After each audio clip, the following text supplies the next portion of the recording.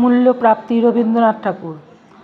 অজ্ঞানে শীতের রাতে নিষ্ঠুর শিশিরাঘাতে পদ্মগুলি গিয়াছে মরিয়া। সুদাস মালির ঘরে কাননের সরোবরে একটি ফুটেছে কি করিয়া। তুলি লয়ে বেচিবারে গেল সে প্রাসাদ দ্বারে, মাগিল রাজার দর্শন। হেনকালে হেরি ফুল আনন্দে পুলকাকুল। পথিক কহিল একজন, অকালের পদ্ম তব, আমি এটি কিনে লব। কত মূল্য লইবে ইহার? বুদ্ধ ভগবান আজ এসেছেন পুরমাজ, তার পায়ে দিব উপহার। মালি কহে এক মাসা স্বর্ণ পাব মনে আশা। পথিক চাহিল তাহা দিতে। হেনকালে সমারোহে বহু পূজা অর্ঘ্য বহে, নৃপতি বাহিরে আচম্বিতে। রাজেন্দ্র প্রসেনজিৎ উচ্চারি মঙ্গল গীত, চলেছেন বুদ্ধ দর্শনে।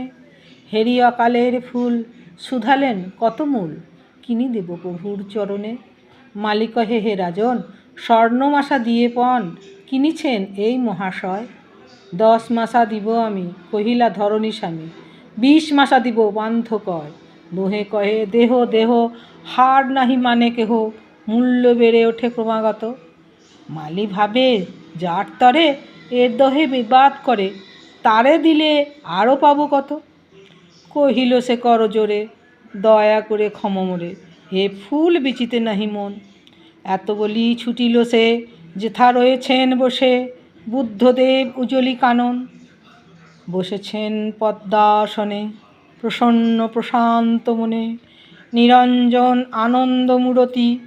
দৃষ্টি হতে শান্তি ঝরে, স্ফুরিছে অধর পরে করুণার সুধা হাস্যজ্যোতি। সুধাস রহিল চাহি, নয়নে নিমেষ নাহি, মুখে তার বাক্য নাহি সরে।